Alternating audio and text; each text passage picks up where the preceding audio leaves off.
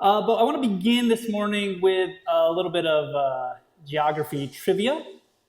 I'm going to show you on the screen an unlabeled map, and your job is to tell me what it is a map of.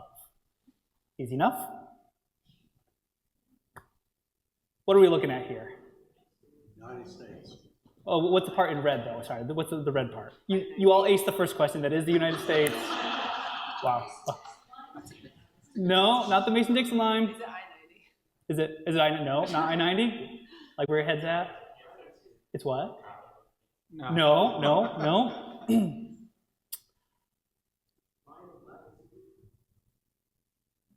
It is a map of Connecticut. Oh, that's right. It is a map of Connecticut, at least according to its founding document, a royal charter that was issued in 1662. And that charter defined Connecticut's borders as starting at the Atlantic coast and running westward all the way to what the King of England called the South Sea, better known to you and me as the Pacific Ocean. Now, it should be noted that nobody in Hartford had ever been that far west, and in fact, they had no idea even where the South Sea began. It was the general understanding at the time that Connecticut was just a small river valley colony, and the whole stretching to the Pacific thing was just the fine print. And for about 100 years, nobody thought much about it. But then the year 1776 came around, and the Declaration of Independence was signed. And while we all know that the Declaration meant that we were severing our political connection to England, we were going to govern ourselves from here on out. Thank you very much. What we don't think a lot about is the fact that the Declaration what it was also doing was severing our connection to the very thing that gave us our identity. And here's what I mean about that. In the American colonies, every border, every postal route, every title to every property, every name of every colony, all of those things and more had all come to us from the King of England. And now that we were independent, it wasn't clear that those old givens were given anymore. We were entirely new terrain. We were free to start deciding things for ourselves. But it goes even deeper than that, because at the time, a person's sense of identity was intensely local. They didn't have interstates to drive on and travel far. You lived most of your life within 10 miles of where you were born. So they saw themselves, yes, as members of their church, yes, members of their town, maybe their colony, maybe not. But beyond that, what connected them to everybody else, to the person in the next colony, to the farmer down in Virginia, to the merchant up in Pennsylvania, what connected them was the king. They were all the king's subjects, and that is what they had in common. He was the gravitational center of the whole thing.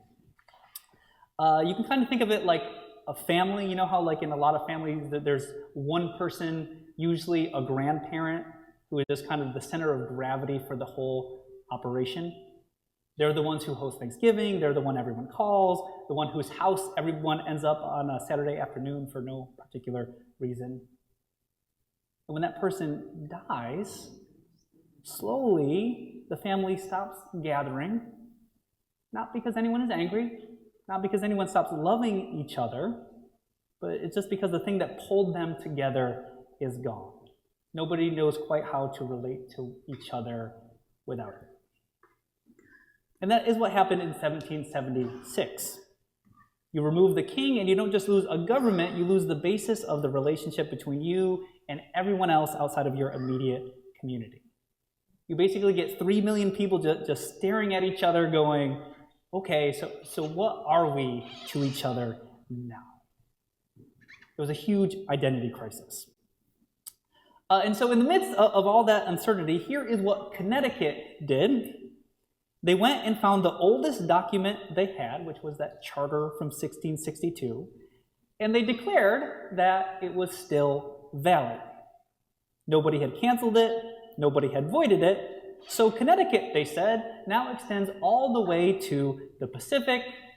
How do you like them apples? What this meant was that Connecticut was now claiming a big chunk of New York and almost half of Pennsylvania. And if you know anything about Connecticut people, this feels pretty on brand. But New Yorkers and Pennsylvanians, of course, they had some feelings about this, and the resulting legal dispute was still unresolved when the Constitutional Convention met 11 years later. But here's what I want you to notice about what happened here. These people of Connecticut had just been handed a genuine fresh start, a chance to decide for themselves who they were going to be. And what did they do with that newfound freedom? They went and found the oldest document that they owned, that charter from 1662, and they made themselves subject to it. They said, this is who we are. And while it would be easy to write this off as Connecticut people just being Connecticut people, it's much bigger than that. Because we tend to think of freedom as a state of being totally unfettered, just out there, floating free, nothing holding us down, nobody telling us what to do. That's what we think it means to be free. But here's the thing. I argue that that is not how human beings actually work. There is no such thing as an entirely unfettered human being. That is a state that the human heart simply cannot tolerate. Human beings, we always serve something. We always make ourselves subject to something. We always organize our lives around something. And the only question is that something we serve the thing that we want to be served? Now, this is a problem that the Apostle Paul was intimately familiar with. As you may or may not know, Paul was a church planter. He traveled around the ancient world, starting little communities of faith. And one of the places that he planted churches was in a region called Galatia, which is modern-day Turkey. And because apparently today I'm all about the maps, I actually have a map for you of the Mediterranean, and boom, right there, that's Galatia. And when Paul came to Galatia, he came bearing what was liberating news, or at least was meant to be liberating news. Following Jesus, he taught the Galatians, means that you are free. You are free from religious rules and rituals. You are free from all the laws of the Old Testament. You are free from the endless system of needing to earn your place before God. Jesus has made a place for you in God's kingdom, and trusting that, says Paul, is the only thing you need to do. That's it. That's the whole shebang. But after Paul went on his merry way, apparently what happened was a different group of teachers showed up to Galatia, and they said, well, you know, what you've been taught by Paul is mostly right, but there are certain things you need to be doing. Certain rules you need to be following, certain boxes you need to be checking. And specifically, and I apologize in advance, circumcision, they said. They said if you are a man, you need to be circumcised, and everyone needs to be following the dietary rules, both of which are prescribed in the laws of Moses, which are just the first 5 books of the Bible. If you really want to have a place in God's kingdom, they said, that is what you have to do. And sure enough, a lot of the Galatians found this teaching pretty convincing, which makes a lot of sense. Because faced with genuine freedom, they did exactly what Connecticut did. They went and found the oldest document they could, which in their case was the laws of Moses, and they made themselves subject to it. They said, this is who we are. That is that exact same instinct at work. And so it's in response to this dynamic that Paul writes the letter that we read from this morning. And we got to say that in this letter, Paul is not a happy camper. He laments to the Galatians, you were running so well. You were doing so good. Who got in your way? Jesus set you free, so stand fast in that freedom. Do not submit again to a yoke of slavery. But here's what I want us to pay attention to in today's passage. He opens it up by telling the Galatians to stand fast in their freedom and to not submit again to a yoke of slavery. But then just a few short pen strokes later, he tells them this. He says, through love, become enslaved to one another. through love, become enslaved to one another. So in other words, in a letter about freedom, in a letter where he's encouraging the Galatians to not submit again to a yoke of slavery, he then proceeds to tell them to be slaves to one another in love. And in case you are hoping that this is just a quirky translation choice, it feels necessary to tell you that Paul used the word slave all the time in his writing. The word he specifically uses is the Greek word doulo, which doesn't mean to help out. It doesn't mean to serve in some general sense. It literally means to be owned by another person. It was the harshest word available to him, and he uses it very intentionally here. Because here is the thing that Paul understood about human beings. There is not a person alive today or then who, outside of some psychedelic experience, is truly floating free. Human beings, we always serve something. We always make ourselves subject to something. That is just how we work. So the question is never, are we serving something or not? The question is always, what is it that we are serving? And according to Paul, if you really truly want to follow in Jesus' way, there is only one appropriate answer to that question, and that is your neighbor. That is who you should be serving. Christ sets you free from everything else he proclaims so that you can give yourself fully to that endeavor. And in truth, that is basically the whole of Christian theology there for you in a nutshell. If you never come back after today, that's all you need to know. But please come back next week. But here's what I want to leave you with.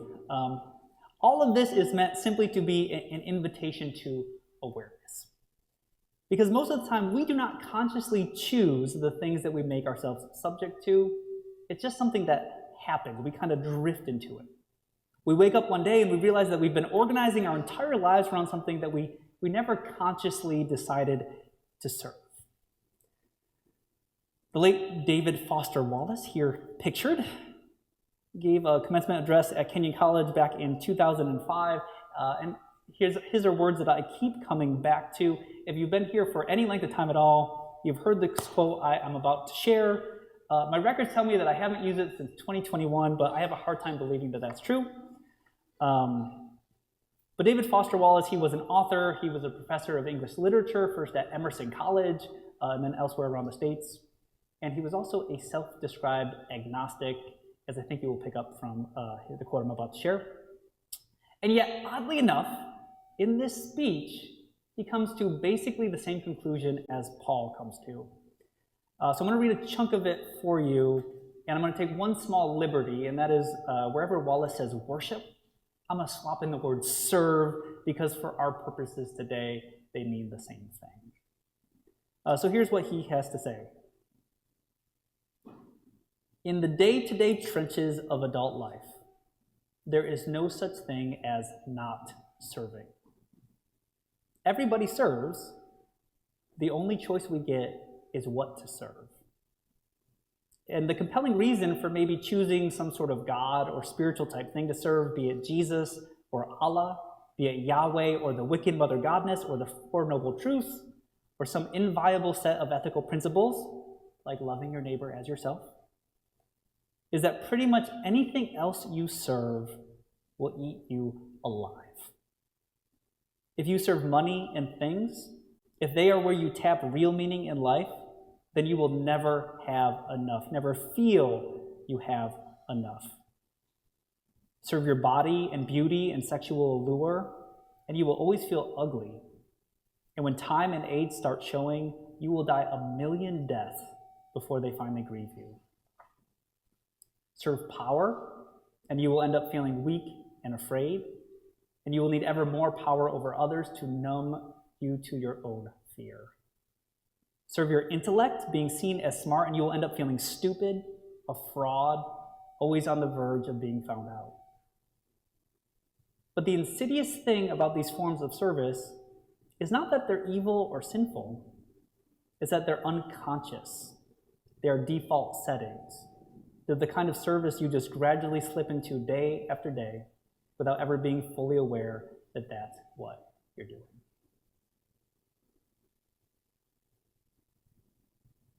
So here's Paul's invitation, and it's a simple one.